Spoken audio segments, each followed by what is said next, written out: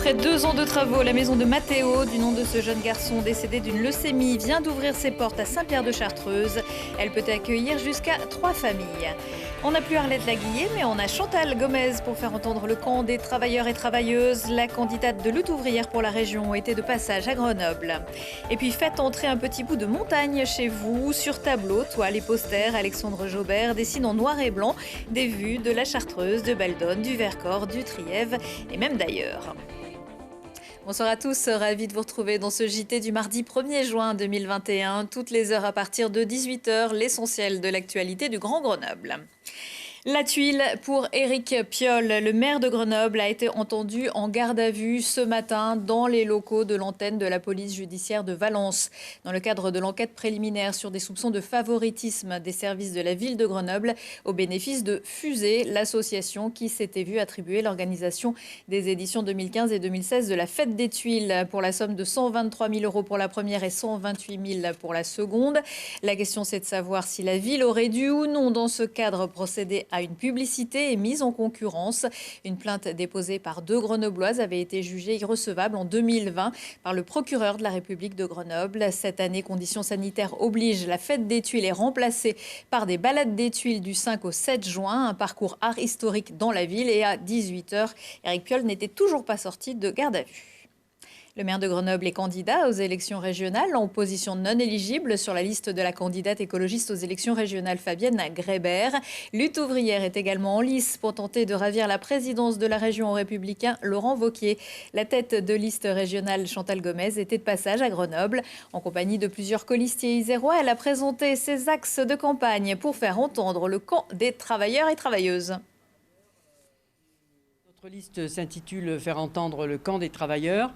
Eh bien, les travailleurs, on les a vus pendant cette pandémie. C'est eux qui sont montés au front, c'est eux qui ont fait fonctionner toute l'économie, de la caissière à l'aide-soignante, à l'ouvrier, à l'intérimaire. Justement, les travailleurs, ils peuvent gérer cette société, ils peuvent la diriger beaucoup mieux qu'une classe de capitalistes, qu'une classe de parasites qui, pendant ce temps, s'en est mis plein les poches, continue à s'enrichir sur le dos de millions et de millions de travailleurs exploités. En fait, on pourrait créer des emplois tout de suite parce qu'aujourd'hui, il y a des gens des travailleurs qui ont du boulot par-dessus la tête, qui n'en peuvent plus. Il y a des burn-out. Il y a de quoi créer des emplois tout de suite dans les hôpitaux, dans les EHPAD, à des emplois utiles pour la collectivité. Il faut répartir le travail entre tous. Il faut 0 chômeur et que tout le monde ait du travail. Et puis, il faut aussi augmenter les salaires et les indexer sur le coût de la vie parce que les salaires sont trop bas. C'est une liste composée que de travailleurs. Il n'y a pas de professionnels de la politique. Ils sont tous de différents secteurs, des soignants, des ouvriers, des techniciens, des ingénieurs. Voilà, ils sont représentatifs de ceux qui font tourner aujourd'hui toute la société et qui sont indispensables, comme on l'a vu pendant la crise du Covid. La campagne bat son plein de tous côtés, alors qu'une autre échéance pointe déjà. Jean-Luc Mélenchon se rendra samedi à Livet-Gavet pour rencontrer les salariés de Ferropem touchés par le plan de restructuration. 131 emplois sont menacés. C'est donc Laurent Prévost qui aura en charge le bon déroulement des élections départementales et régionales. Le nouveau préfet de l'Isère entrera en fonction lundi. Une cérémonie sera organisée devant le monument aux morts de la ville de Grenoble, place Paul Mistral. Lionel Bref a lui fait ses adieux aux équipes de la préfecture de l'Isère ce mardi. Matteo aurait eu 22 ans le 31 mai, mais la leucémie aura eu raison de lui avant sa majorité. Son dernier vœu était de créer une maison d'accueil pour offrir des vacances aux enfants malades. C'est ce qu'est devenu l'ancienne cure de Saint-Pierre-de-Chartreuse après la mobilisation de ses parents et de leur association, Laurine Guignard. Ciseaux en main, Ethan coupe le ruban rouge de la maison de Matteo. Ce havre de paix est dédié à ce garçon de 17 ans qui a perdu la vie après son combat contre la leucémie. 4 ans après sa mort, sa maman a tenu à ce que ce soit Ethan qui inaugure cette bâtisse. Je suis très contente de venir ici parce que quand on vient ici, on oublie la maladie. J'ai une grande pensée pour Matteo et c'est lui qui a décidé parce qu'il m'aimait bien que je venais ici le premier. Il faut que toutes les autres enfants ils se battent contre la maladie. Ici, 3 familles pourront se ressourcer dans le calme et l'air frais de la montagne. Matteo avait demandé à ses parents, Evelyne et Laurent, de continuer à aider les enfants malades. Ils ont donc décidé de créer une maison de vacances pour les enfants, quelle que soit leur pathologie. J'ai donné beaucoup de temps, c'était un peu mon bébé. Je ne pouvais pas passer à autre chose et ça me permettait de continuer à faire vivre Matteo grâce à cette maison. C'est pas parce qu'on a perdu un enfant, c'est la chose la plus dure pour un parent. Mais justement, j'ai envie de dire, j'ai gardé ma colère et ma niaque pour en faire quelque chose. Et là, on voit ce que j'ai réussi à en faire. Et non, c'est important. C'est comme ça, on l'a pas oublié et on l'oubliera jamais. Rendre cette maison accessible à tous a pris plusieurs années. Il a fallu garder l'esprit extérieur de cette bâtisse, une ancienne cure classée monument historique. Pour aider la famille de Matteo, 70 000 € ont été débloqués grâce à une collecte de dons sur le site de la Fondation du patrimoine. Pour nous, Fondation, il était primordial, en dehors de la souscription, de dire il faut qu'on trouve un de nos mécènes. C'est Primagaz qui a vraiment aidé le projet. Et donc, l'architecte qui a fait un travail merveilleux me disait c'est grâce à Primagaz qu'on a pu faire au dernier étage la très belle salle pour tout le monde. C'est un peu le rôle de la Fondation, c'est vraiment d'aider déjà les particuliers qui veulent refaire un bien patrimonial et puis d'ouvrir des souscriptions pour des causes nobles comme celle-là. D'autres fonds ont été récoltés grâce à diverses cagnottes lancées sur Internet. Au total, près de 800 000 € ont été nécessaires à la rénovation de l'ancienne cure pour qu'elle devienne un havre de paix. Un des appartements de la maison de Matteo est déjà réservé pour le mois d'août. Si vous ne pouvez pas avoir une aussi belle vue sur la Chartreuse qu'à Saint-Pierre-de-Chartreuse, vous pouvez quand même mettre une montagne dans votre salon grâce à Alexandre Jobert. Cet artiste graphiste grenoblois croque les massifs et paysages montagneux locaux. Mais pas seulement, des œuvres 100% locales, du dessin à Grenoble à l'impression à Échirolles, comme le reportage de Charlotte Faulkner. C'est de chez lui, dans son atelier, qu'Alexandre Jobert dessine tous ses sommets de montagne. Graphiste au FCG, il a retrouvé la passion du dessin après une fresque imaginée pour Fabien Galtier représentant Grenoble et ses sommets. Quelques mois après, fin 2020, il décide de lancer sa boutique en ligne appelée Atelier du Haut. J'en ai fait quelques autres, je me suis dit, j'ai rapidement eu l'idée de les vendre en me disant c'est peut-être l'occasion de faire 2-3 ventes et puis de mettre un peu du beurre dans les épinards et puis voilà, ça peut être sympa quoi. Vu que les retours des clients le retour des partenaires qui étaient là, l'événement était vraiment bon, donc je me suis dit pourquoi pas. Donc à ce moment-là, j'ai attendu d'avoir 6 ou 7 modèles dans la boutique avant de lancer la boutique, histoire d'avoir un peu plus de choix. Et en fait, ça a décollé très très vite. Mois de novembre-décembre, c'était la folie quoi. Dans sa boutique, Alexandre ne vend que des dessins de sommets de montagne, le tout en noir et blanc. Pour ce faire, il travaille à partir de photos ou encore de cartes IGN pour recréer au mieux les massifs. En fait, je fais d'abord la silhouette du sommet, avec ses grandes lignes. Et après, je joue avec plusieurs épaisseurs de feutre pour donner un peu de relief. Et le plus important, c'est les ombrages que je suis en train de faire là. C'est-à-dire savoir d'où la lumière vient et donc quel côté de la montagne va être éclairé, quel côté de la montagne va être plus sombre. Et c'est ça qui va donner vraiment le relief à tout le dessin. Et après, je finis avec un feutre qui est presque un pinceau en fait. Celui-là va vraiment du coup accentuer encore plus ces ombrages et on va vraiment avoir la sensation de volume quoi, qui va apparaître. Plus de 6 mois après le lancement d'Atelier du Haut, les dessins d'Alexandre Jobert connaissent un grand succès, un engouement dû à ses reproductions à l'esthétique simple, mais également à la variété de sommets disponibles. Alexandre en a déjà dessiné plus de 120, ainsi que de nombreux panoramiques de chaînes de montagne. Je pense que ça c'est assez unique, on en voit assez peu, donc ça plaît aussi aux gens. Et puis le fait qu'il y ait un très très grand choix de sommets qui sont vraiment très locaux, proches de Grenoble, du coup les gens s'y retrouvent vraiment. Tout de suite j'ai eu l'idée de proposer plusieurs finitions, plusieurs formats différents pour pouvoir laisser plus de choix. Donc on a des reproductions en poster, donc c'est du papier, des reproductions en toile tendue comme on a derrière, et des reproductions sur de l'aluminium blanc et aluminium brossé qui sont des supports un peu plus qualitatifs et un peu plus haut de gamme. Avec ses dessins, Alexandre Jobert touche principalement une clientèle locale, mais pas seulement. Plusieurs dessins ont déjà été commandés dans d'autres régions de France ou encore à l'étranger. Et parmi les dernières œuvres d'Alexandre, le Montéguy, l'Obiou ou la Dent du Chat.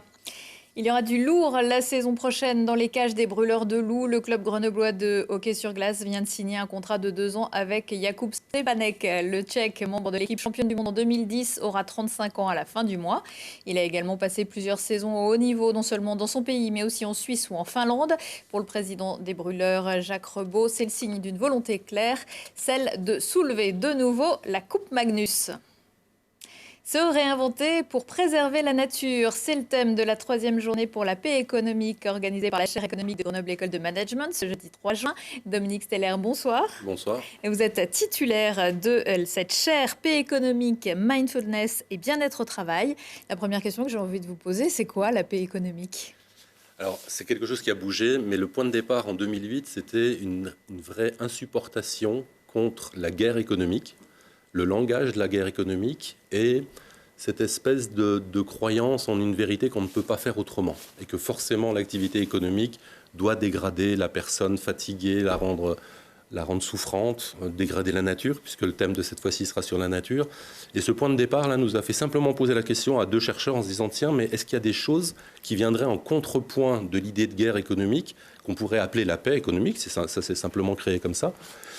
Et ce projet a évolué donc d'une franche opposition et insupportation à quelque chose qui est plutôt devenu ce qu'on a appelé un contrepoint au sens musical, c'est-à-dire quelque chose qui vient se mettre à côté et qui modifie l'harmonie, qui modifie la musique de fond et qui très simplement donné vient dire une entreprise va être d'autant plus productive, va être d'autant plus performante qu'elle permettra aux gens de s'épanouir et qu'elle permettra aux gens de vivre la vie telle qu'elle existe réellement. Est-ce que c'est facile de faire passer ce message ?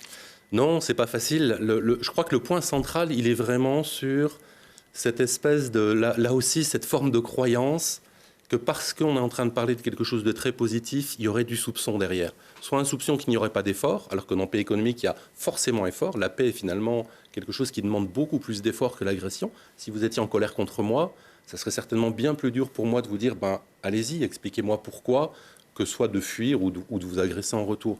Donc il y a vraiment une dimension d'effort qui est plus forte, une dimension d'engagement, de courage qui est bien plus grande, mais on est dans une culture où dès qu'on prend des mots comme bienveillance, etc., on a l'impression qu'on est en train de projeter un monde idéal où tout irait bien. Et dans paix économique, il y a plutôt quelque chose qui dit la vie aussi, entre ce qui concorde et ce qui discorde, comment je vais m'ajuster au mieux. Pendant longtemps, les entreprises ne voyaient pas vraiment la vie en vert. Aujourd'hui, comment elles peuvent agir en ce sens et quel lien ça peut avoir avec la paix économique ? Sur la question verte, c'est bien le thème de cette fois-ci. Initialement, on avait prévu d'appeler ça la journée de la paix avec la nature, parce qu'il y a clairement quelque chose qui est de l'ordre d'une guerre contre la nature. Si on regarde le fonctionnement, notre fonctionnement économique depuis plus de 100 ans, son objet, c'est une dégradation de la nature. C'est une exploitation, et le mot lui-même, il dit bien la chose, c'est je prends, je broie et j'en fais quelque chose d'autre. Et en plus, dans ce monde dans lequel on évolue, dans lequel nous avons une espèce de position supérieure, où nous serions en contrôle de la nature. Il y a donc tout un travail dans la question de paix économique qui va osciller entre votre question, qu'est-ce qu'on peut faire de manière très très concrète ? Et là, les entreprises mettent en place énormément de projets autour de pour aller vite, autour de la RSE, des projets très très concrets sur la réduction des émissions carbone, etc. Mais on a nous aussi tout un travail sur quelles sont les grandes représentations que nous avons. C'est quoi la vie ? C'est quoi être humain ? C'est quoi faire société ? C'est quoi faire entreprise ? Et peut-être un point clé pour moi qui va apparaître, puisque ça fera partie de la conférence du soir de cette journée, c'est se rendre compte à quel point nous sommes, nous, aussi sensibles que cette nature, et qu'à chaque fois que nous venons la titiller et la dégrader, en fait, nous nous dégradons petit à petit. Alors, puisque vous en parlez, c'était une question suivante, mais donc parmi les rendez-vous, la conférence du soir qui nous invite à penser comme un arbre. Exactement. Alors ça a été une grande découverte pour moi quand j'ai croisé les ouvrages de Jacques Tassin.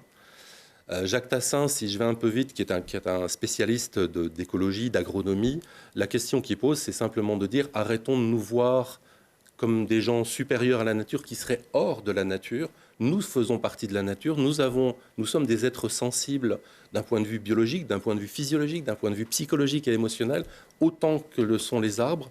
Alors plutôt que de croire que notre pensée rationnelle va nous permettre de gérer, voire même dans les critiques qu'on pourrait émettre nous aujourd'hui chez certains écologistes, de croire que la raison va pouvoir sauver la nature, recommençons à penser comme un arbre, c'est-à-dire recommençons à sentir que nous vibrons avec elle, et qu'en fait, toute cette dimension rationnelle qu'on a mis autour de la nature a un objet fondamental, c'est nous désensibiliser pour pouvoir l'exploiter encore un petit peu plus. Plus je vais m'en sentir loin, plus je vais avoir de facilité à aller la dégrader.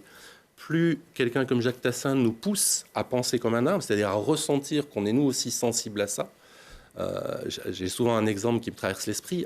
Un gamin de 2 ans, 3 ans, si vous lui montrez une fleur ou un oiseau, il va partir en s'éblouissant. Si vous lui montrez un billet de 100 euros, il ne bronchera pas. Quand il a 20 ans, si vous lui montrez une fleur ou un oiseau, il s'est passé quelque chose, si vous voyez ce que je veux dire. Comment on tente de réinverser ça ?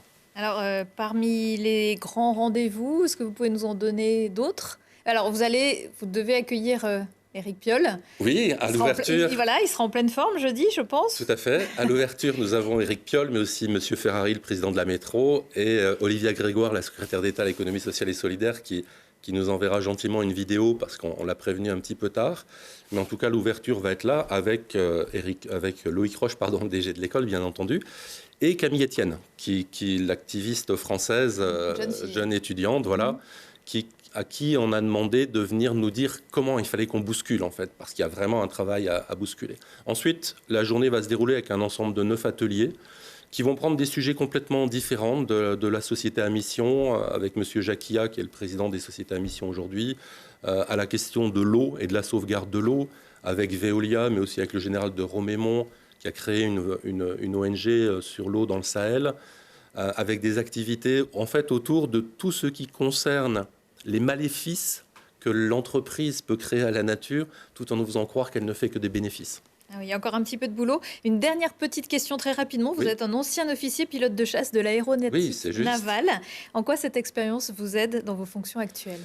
En fait, mon parcours s'est construit autour de la question de la puissance et de la vulnérabilité. Mon parcours universitaire, avant même d'être pilote. Et à la question qui est arrivée quand j'avais 24 ou 25 ans, je ne sais plus, de faire une thèse, mes origines paysannes m'ont fait dire je veux bien faire une thèse, mais j'ai envie de la faire à partir d'une expérience personnelle. Et l'idée de pilote de chasse, c'était aller toucher de très près la question puissant et vulnérable. Parce que si c'est un métier que les gens voient puissant, c'est très souvent un métier très très vulnérable en fait. Merci beaucoup Dominique Steller. Avec plaisir. Je rappelle que vous organisez les journées de la paix économique à Grenoble École de Management le 4 juin. Merci à vous. Le 3 juin, pardon. 3 juin, oui. Prochain rendez-vous avec l'actu dans 1 heure et en replay sur télégrenoble.net. Excellente soirée à tous.